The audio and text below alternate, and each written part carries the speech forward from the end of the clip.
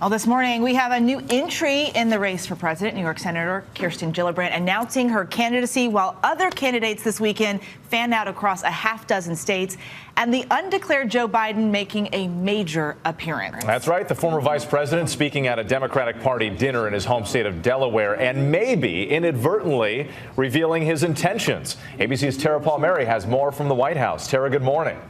Good morning, Whit. It's a growing field with over a dozen candidates, but all eyes are still on Joe Biden, who is slow walking his decision. But his pal, Senator Chris Coons, said he's all but certain that he'll run. This morning, New York Senator Kirsten Gillibrand officially joined the crowded field of 2020 hopefuls, taking direct aim at President Trump in a campaign launch video titled Brave Wins. Brave doesn't spread hate, falsehood, cloud truth, a lot of it's a hoax, build a wall. That's why I'm running for president, and it's why I'm asking you for your support. Later this week, she'll hold a rally outside of the Trump International Hotel in New York City. In this recent Des Moines Register CNN poll that surveyed Iowa Democratic caucus goers, not a single respondent named her as a first choice. But in that same poll, Joe Biden, who has yet to announce his candidacy, is leading the pack. Overnight, Biden teasing his decision at a fundraiser in Delaware. I'm told I get criticized by the New Left. I have the most progressive record of anybody running for the United, if anybody who would run. I didn't mean it. And calling out President Trump with a message of unity. Everybody knows who he is. They got to be clear of who we are. We Democrats, we choose hope over fear.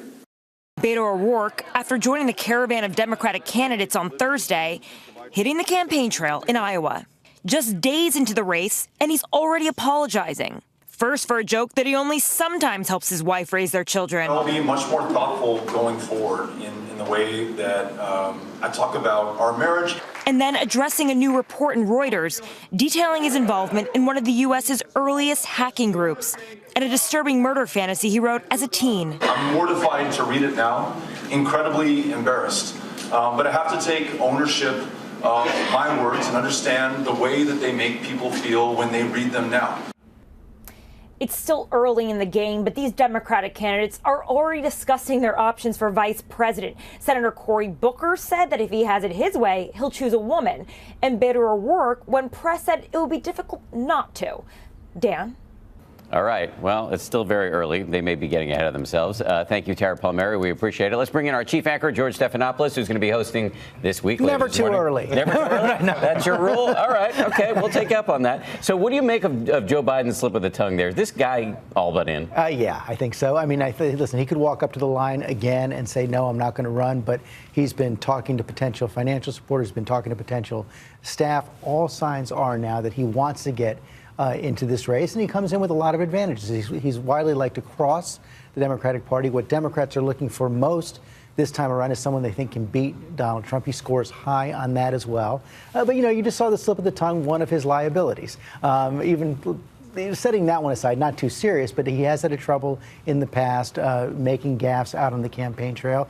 Also, he is running in an environment where a lot of the energy on the Democratic side is with those who are far more left-wing than Joe Biden has been. The question is, even if he's a strong candidate against Donald Trump in the general election, can he get through the primaries? That's the really tricky dynamic. Let me ask you about Beto O'Rourke. We saw in Tara's piece. He's doing a lot of apologizing these days, and he's just into the race. How do you think things are going in these early days? His strengths and weaknesses go together. One of the things that everyone likes about Beto is that he's spontaneous, casual, relatable. It worked for him, even though he didn't win against Ted Cruz when he ran for Senate back last year. But he's also learning that with a presidential race, you get a lot more scrutiny. So these are the growing pains of a presidential campaign. We'll see how he handles it over time. I know on the show this morning, on This Week This Morning, you're going to be talking about the New Zealand attacks and the rise of white supremacist extremism and violence. Is enough being done on this front? Are officials taking this seriously? Well, that's one of the big questions I want to ask this morning. I'm bringing in two former Homeland Security officials, Jay Johnson, who was Homeland Security Secretary for President Obama, Tom Bossert, who was the advisor on Homeland Security for President Trump, because we now have seen that, in fact, here in the United States, there have been three three times more deaths by white supremacist extremism than by Islamic extremism in the last years. The question is, are we doing enough to stop it? Can we control it? How do you deal with the fact that this is being weaponized over social media? Big questions for all of us. George, thank you very much. Your show on Sunday mornings is one of my favorite parts of the weekend. Thank you, sir. Always a pleasure to see you. And I want to remind everybody, George has a big show this morning. As he said, in the aftermath of the New Zealand attack, so he's going to speak with the top Homeland Security officials for Presidents Obama and Trump, Jay Johnson and Tom Bossert, plus the Powerhouse Roundtable takes on the latest in the 2020 race. It's all coming up on This Week. Thanks again, George. We'll see you later. Hi, everyone. George Stephanopoulos here. Thanks for checking out the ABC News YouTube channel. If you'd like to get more videos, show highlights, and watch live event coverage, click on the right over here to subscribe to our channel. And don't forget to download the ABC News app for breaking news alerts. Thanks for watching.